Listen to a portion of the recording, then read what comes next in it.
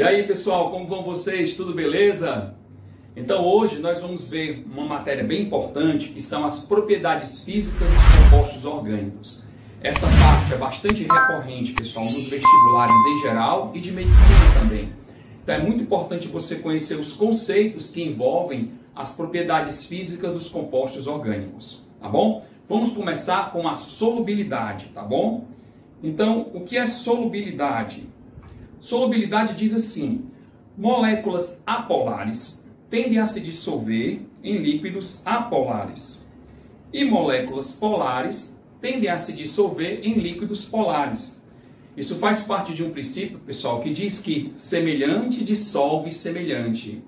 Se você é parecido com alguém, você se dá bem. Mas se você é diferente, muito diferente de alguém, dá confusão, dá briga. É o mesmo princípio na química. Semelhante dissolve semelhante. Moléculas polares tendem a se dissolver em solventes polares, como moléculas apolares tendem a se dissolver em líquidos apolares. No entanto, pessoal, existem moléculas que são chamadas de anfipáticas ou anfifílicas. Ou seja, elas apresentam a parte da molécula polar e a outra apolar. É necessário você entender que polar significa que apresenta polos. Por exemplo, o sabão. O sabão é uma molécula anfipática ou anfifílica. Ele vai ter uma parte dele que vai ter carga positiva e carga negativa. Essa parte é a extremidade que nós chamamos de polar, aquela que apresenta polos. E na outra parte da molécula, na sua extremidade esquerda, nós temos uma longa cadeia de carbono e hidrogênio. CH3, CH2, 14 vezes, CH2, CH2, CH2, CH2, 14 vezes. E essa parte, pessoal, é uma cadeia hidrocarbônica, uma cadeia que tem somente carbono e hidrogênio. E quando você tem apenas uma cadeia que apresenta carbono e hidrogênio apenas, essa extremidade, ela é apolar, ela não apresenta polos. Ela é considerada a parte apolar da molécula. A parte apolar, nós vamos ver que ela é hidrofóbica. O que é hidrofóbica? Ela tem fobia por água. Ou lipofílica, amiga de gordura. Enquanto que a parte polar, ela é hidrofílica. Hidrofílica significa amiga de água. Ou lipofóbica, tem fobia de gordura, tá bom? Da mesma forma que é o sabão, pessoal, eu tenho também o detergente. O detergente também, ele vai ter na sua extremidade direita aqui carga positiva e carga negativa. Essa extremidade apresenta polos positivo e polo negativo. Essa extremidade é chamada extremidade polar.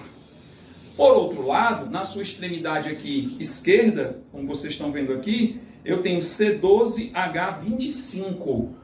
Ou seja, eu tenho uma longa cadeia hidrocarbônica, uma longa cadeia de carbono e hidrogênio. E essa extremidade representa a extremidade apolar.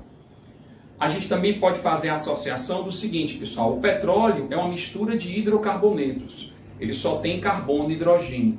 E o petróleo, pessoal, ele não se mistura com a água, porque o petróleo, por ser uma mistura de hidrocarbonetos, ele é apolar.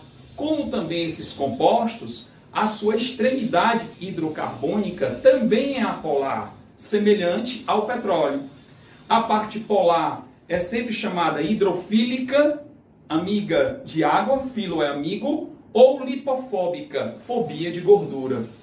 E a parte apolar, ela é chamada de parte hidrofóbica, tem fobia por água, ou lipofílica, amiga de gordura.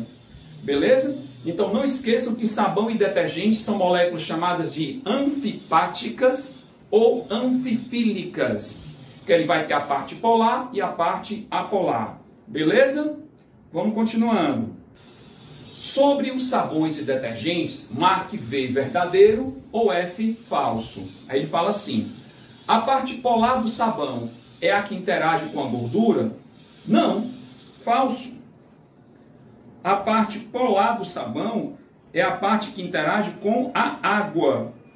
Lembrem-se que a água ela é um solvente polar. A água apresenta polos.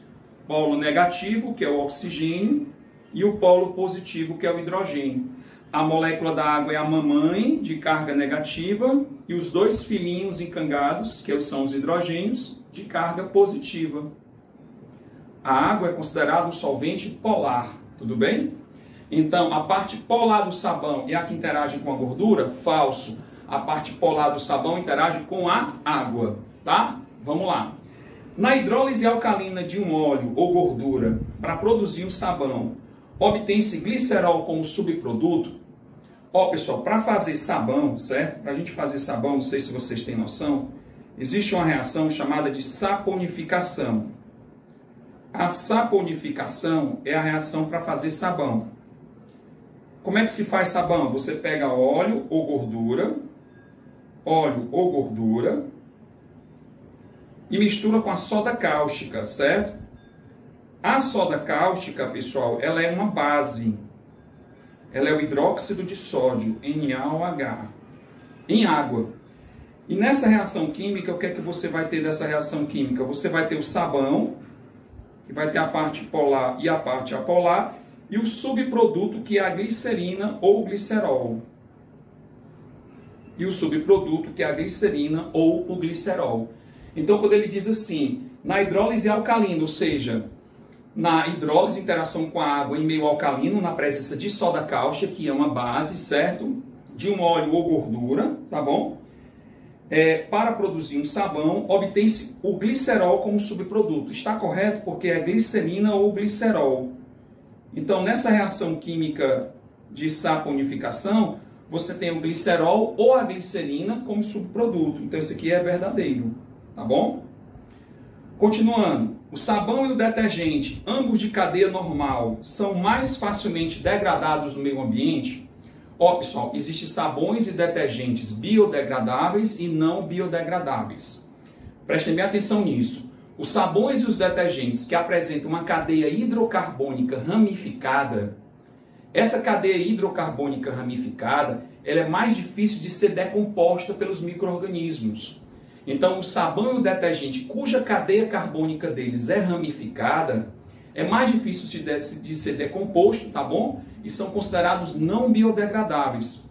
Por outro lado, quando você tem sabões e detergentes cuja cadeia hidrocarbônica é normal, CH2, CH2, CH2, CH2, CH2, CH2, CH2, esses sabões e detergentes são mais biodegradáveis, são mais facilmente decompostos pelos micro-organismos.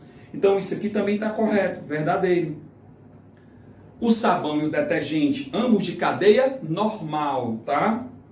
São mais facilmente degradados no meio ambiente, tá? Quarto parêntese. O detergente fabricado a partir de alcenos com cadeia ramificada provoca danos ao meio ambiente? O detergente fabricado a partir de alcenos com cadeia ramificada provoca danos ao meio ambiente. Sim, se é cadeia ramificada, é mais difícil de ser decomposto pelos micro-organismos. Então isso ele vai durar anos e anos e anos para sofrer decomposição e provocar danos no meio ambiente, diminuindo a tensão superficial da água e sérios outros problemas. Então isso aqui é verdadeiro, tá? Tanto no sabão como no detergente, a parte que se liga à água é apolar. Tanto no sabão quanto no detergente, a parte que se liga à água é apolar? Falso. Tanto no sabão quanto no detergente, a parte que se liga à água é apolar. Semelhante dissolve semelhante. Ok? E quinto parêntese. O excesso de detergente nos rios diminui a entrada de oxigênio na água, devido à formação de espuma na superfície. Não deixa de acontecer. Se você tem espuma na superfície, você prejudica as trocas gasosas entre a água e o oxigênio do ar, certo? Então isso realmente dificulta a entrada de oxigênio na água. Então esse item é verdadeiro. Beleza? Vamos para frente. Agora vamos lá. Outro exercício proposto aqui, bem interessante, que é uma questãozinha do Enem bacana. Diz o seguinte, vamos lá. Quando colocamos em água os fosfolipídios, eles tendem a formar lipossomos. estruturas formadas por uma bicamada lipídica, conforme mostrado na figura. Quando rompida, essa estrutura tende a se reorganizar em um novo lipossomo. Então observe essa figura, pessoal, que é bem interessante. Você tem aqui os fosfolipídios, certo? Os fosfolipídios, eles vão ter essas cabecinhas aqui, circulares. Isso aqui, pessoal, vão representar a extremidade que chama-se de polar. Aqui vai ser a parte polar, certo? Desses fosfolipídios. E essa cauda aqui representa a parte apolar. Então, quando ele fala bicamada lipídica, são as duas pontas apolares se tocando, tá? Essa e essa, ó, as duas extremidades apolares se tocando. É a bicamada lipídica. Enquanto que essa parte circular, que são essas bolinhas, são as partes polares, eles se dispõem para o lado do meio aquoso. Tá bom? Então vamos lá. Então o que é que diz aqui? Esse arranjo característico se deve ao fato de os fosfolipídios apresentarem uma natureza. Ora, você observou que nos fosfolipídios você vai ter uma parte polar, que a gente representa pelo círculozinho, e também nós temos uma cauda, que é a parte apolar. Então, o que é que essa molécula tem? Ela tem uma parte polar e uma parte apolar. Significa dizer que a parte hidrofílica é essa da esferinha, que ela tem afinidade por água. E nós temos a cauda, que é a parte lipofílica ou hidrofóbica, que tem afinidade por gordura. E nós vimos que as moléculas que têm uma parte polar e apolar são chamadas de anfipáticas ou anfifílicas. Então, na nossa alternativa correta, ela será uma molécula anfifílica, ou seja, ela vai possuir uma parte hidrofílica, que gosta de água, e a outra hidrofóbica, certo? Que não gosta de água. Beleza, pessoal? Qualquer coisa você revisa aí de novo, tá bom? Vamos em frente. Propriedades físicas de compostos orgânicos. Vamos ver agora algo importante, que é a temperatura de fusão e a temperatura de ebulição, certo? Então isso aqui é interessante, diz o seguinte, ó. Quanto maior for a intensidade das forças intermoleculares, maior será a sua temperatura de ebulição e muito menos volátil será a molécula, tá? Para se estabelecer essa relação, deve-se considerar a ordem crescente da intensidade das interações, que é dada por... existem as forças de atração intermolecular, que são as forças de atração entre as moléculas. Então, quanto maior a intensidade das forças de atração entre as moléculas, mais difícil é de eu quebrar essa interação.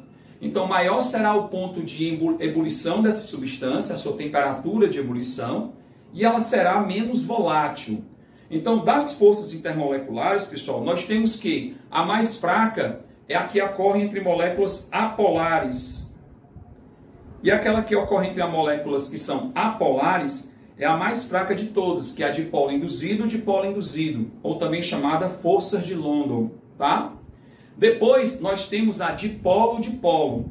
A dipolo-dipolo é aquela em que ocorre entre moléculas que são polares, ou seja, aquela que apresenta polos. Se eu tenho um polo positivo e um polo negativo, se eu tenho uma diferença de eletronegatividade, eu vou ter uma molécula polar. Daí, eu vou ter uma força de atração mais forte, que é a dipolo-dipolo. E uma mais forte do que a dipolo-dipolo são as pontes de hidrogênio, ou também chamada ligações de hidrogênio, que acontece quando na molécula nós tivermos os grupos OH, NH ou HF.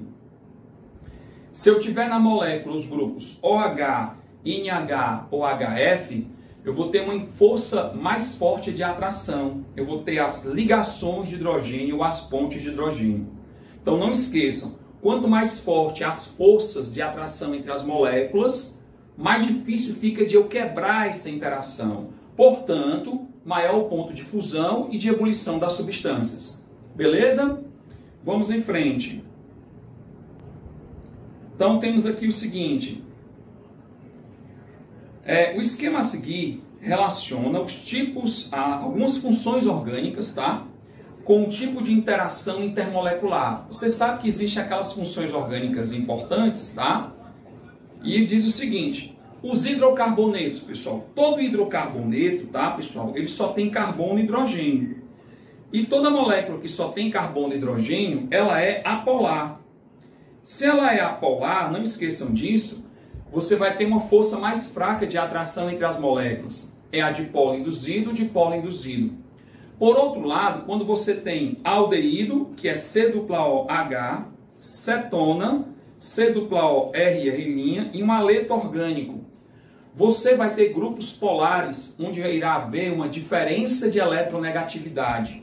Se vai haver uma diferença de eletronegatividade, vai haver ligações polares, que vão tornar esses compostos polares.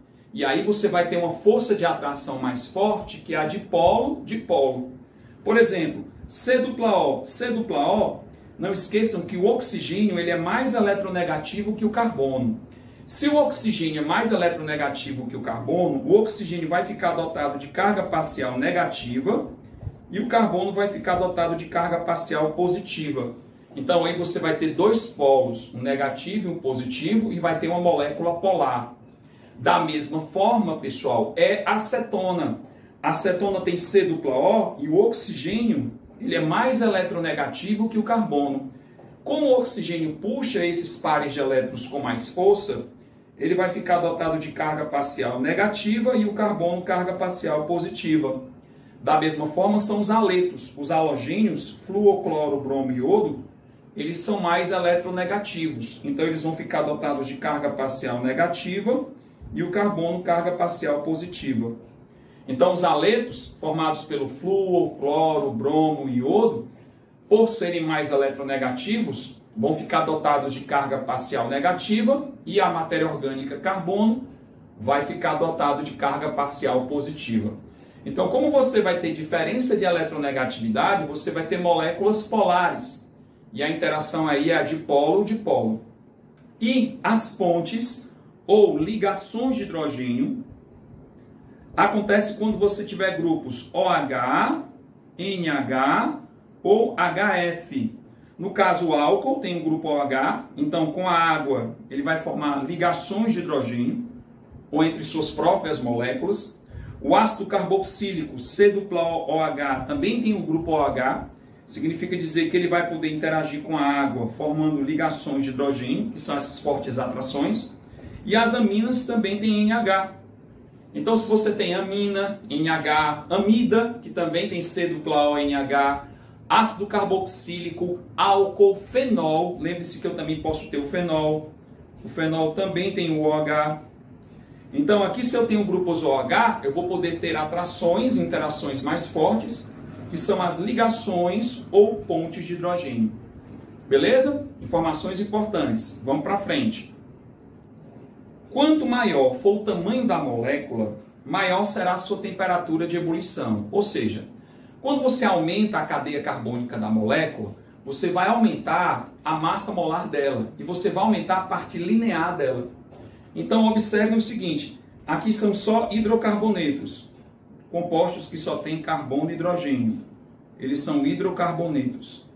Aí eu tenho o metano, o etano e o propano. Quando eu vou aumentando a cadeia carbônica, a molécula vai se tornando mais pesada, a massa dela vai aumentar, a cadeia carbônica vai aumentar e a intensidade das forças intermoleculares também aumenta. Consequentemente, o ponto de ebulição ou a temperatura de ebulição também aumenta. Era menos 18,8 ou menos 188 no caso, né? Menos 88,4 e menos 42. Então vai aumentando a temperatura de ebulição. No outro exemplo nós temos aldeído, metanal, etanal e propanal. Então você vai aumentando a cadeia, 1 carbono, 2 carbonos, 3 carbonos, e a temperatura de ebulição vai aumentando, menos 10 graus, 20 graus, 48,8 graus. No outro caso, nós temos o metanol, temos o etanol e o propanol, 3 álcoois. 1 carbono, 2 carbonos, 3 carbonos. Aumentando a cadeia, a temperatura de ebulição, ou o ponto de ebulição, também vai aumentando. Olha só, 64,5, 78 e 97,2, tá? Outra informação importante, para compostos de massa molecular próximos, o mais ramificado tem menor ponto de ebulição, tá? Observe aí, pessoal, o seguinte, nós temos aí um exemplo do N-pentano, N é a cadeia normal, certo? Uma cadeia com 5 carbonos de forma linear. N-pentano, 1, 2, 3, 4, 5. E nós temos aí o neopentano. E o neopentano, ele tem um formato mais circular. São 5 carbonos, mas em formato globular. Como no caso do pentano, a cadeia é mais linear, então a intensidade das forças intermoleculares entre moléculas que apresentam cadeia mais linear, a intensidade das forças intermoleculares é maior. Você tem maior contato entre as moléculas vizinhas. Consequentemente, tendo a intensidade intermolecular maior, isso aumenta o ponto de ebulição. É tanto que aqui o ponto de ebulição é 309,4 kelvins. Já no neopentano, que a molécula é mais globular, ela tem um formato circular, então o contato entre as moléculas vizinhas é menor. Quando você tem moléculas com um formato mais globular, a intensidade ou toque entre elas é menor. Se você tiver uma intensidade de força intermolecular menor, ou seja, a atração entre elas vai ser menor devido ao contato, então ele vai ter menor ponto de ebulição, que é 282,7 kelvins, tá?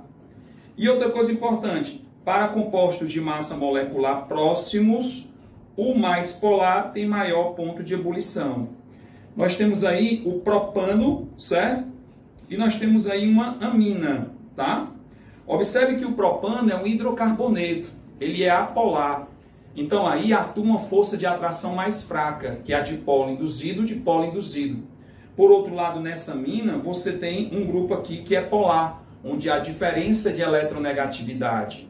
Então o vetor resultante aqui é diferente de zero. Já essa molécula é uma molécula polar.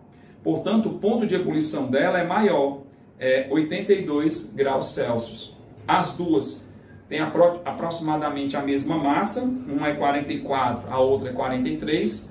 No entanto, o pentano, por ser apolar e hidrocarboneto, tem uma força de atração mais fraca e, portanto, tem um menor ponto de ebulição, no caso, menos 42 graus Celsius.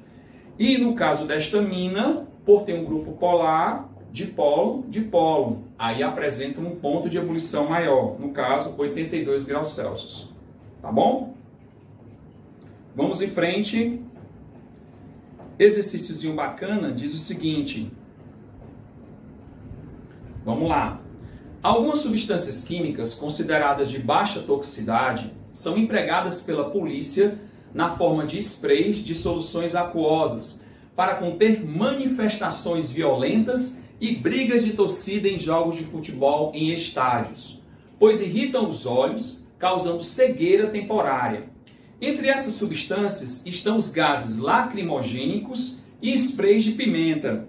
No caso, os gases lacrimogênicos, está aí a fórmula dele, e aqui está o spray de pimenta, certo? Observem a fórmula, pessoal, dos gases lacrimogênicos e do spray de pimenta. Vamos logo analisar.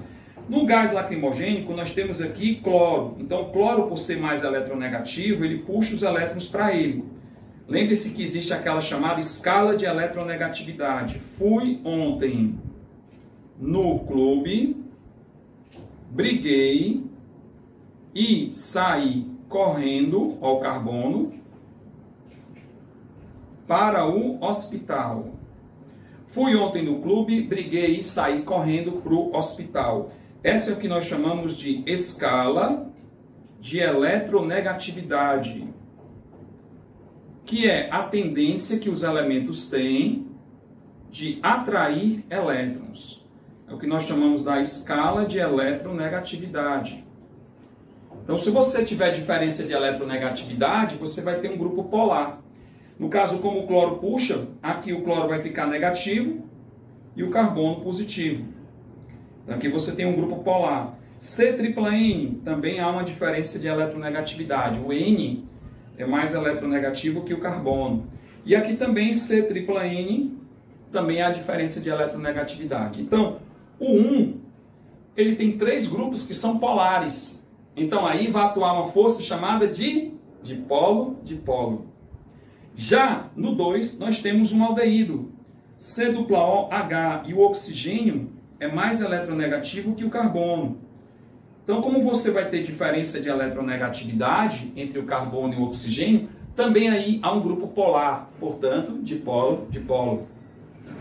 Já no spray de pimenta, observem aí que você vai ter aqui, ó, um grupo NH e um grupo OH, além de um grupo polar aqui. Aqui também era para ser OH. Então você vai ter aí, pessoal, NH e OH. Aqui vai atuar uma força de atração mais forte. Qual é? Se eu tenho OH, NH, OHF, eu vou ter as ligações de hidrogênio. Beleza? Então, continuando, temos então o seguinte: as principais forças intermoleculares que ocorrem nas interações das substâncias 1, 2 e 3 com a água são, respectivamente, aqui vai ser o que, pessoal? Dipolo-dipolo, por ter aqueles grupos polares, dipolo-dipolo e ligações de hidrogênio. No caso aqui, ó, eu vou ter a opção da letra A. Certo? Se a gente voltar, ó, você vai ver aqui, ó, que o 1 você vai ter diferença de eletronegatividade. Isso aqui é uma molécula que é polar, portanto a força de atração vai ser dipolo-dipolo. Aqui também no aldeído, essa molécula também será polar, dipolo-dipolo. E aqui você vai ter grupos OH e NH que com a água vão interagir na forma de ligações de hidrogênio. E aqui, no caso, com a água, vão interagir na forma de ligações de hidrogênio. Beleza? Aí é tanto que vai ficar, ó, a opção da letra A, que diz dipolo-dipolo, dipolo-dipolo e ligação de hidrogênio. Beleza? Outro exercíciozinho bacana, diz o seguinte: em uma planície ocorreu um acidente ambiental em decorrência do derramamento de grande quantidade de um hidrocarboneto que se apresenta na forma pastosa à temperatura ambiente. O que é isso? É o petróleo, pessoal. O petróleo é uma mistura de hidrocarbonetos de formato pastoso, tá? Então, o químico ambiental utilizou uma quantidade apropriada de uma solução de para 1,4 dodecil, 12 carbonos, benzeno, sulfonato de sódio. Ele utilizou uma quantidade de para dodecil, benzeno, sulfonato de sódio. Vou já deduzir o que seria aí, ó.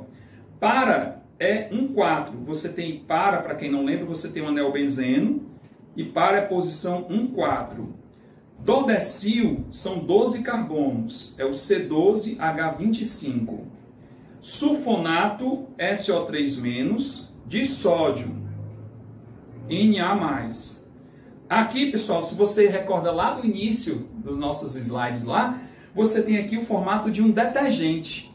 Você vai ter aqui uma parte que é polar, a parte que é o sulfonato de sódio, e aqui você tem o C12H25, que é uma cadeia hidrocarbônica apolar, tá? Um agente tensoativo sintético. Agente tensoativo é aquele que quebra a tensão superficial da água, tá? É o detergente. Para diminuir os impactos desse acidente. Essa intervenção produz resultados positivos para o ambiente. Por quê? Ora, se você tem o petróleo e a água, e você coloca o detergente, petróleo e água não se misturam porque a água é polar e o petróleo é apolar. Então você precisa aí, no caso, remover a camada de petróleo, uma camada que vai ficar sobre a água, você remove a maior quantidade da camada apolar do petróleo, mas vai ficar sempre a quantidade de petróleo. E aí, para você promover a decomposição desse petróleo, você adiciona um agente tensoativo, que vai quebrar a tensão superficial da água, vai fazer com que esse petróleo se dissolva na água de uma forma mais eficiente, para que haja uma decomposição dele ao longo dos anos. Tá certo? Então a pergunta é, essa intervenção produz resultados positivos para o ambiente. Por quê? Por quê? Letra A, promove uma reação de substituição no hidrocarboneto, tornando-o menos letal ao ambiente? Não é isso. A hidrólise do paradodecil, benzeno sulfonato de sódio, produz energia térmica suficiente para vaporizar o hidrocarboneto? Rapaz, também não é isso. Letra C. A mistura desses reagentes provoca a combustão do hidrocarboneto. Vixe, rapaz. O que diminui a quantidade dessa substância na natureza? Também não. Letra D. A solubilização de paradodecil benzenosulfonato de sódio possibilita a solubilização do hidrocarboneto.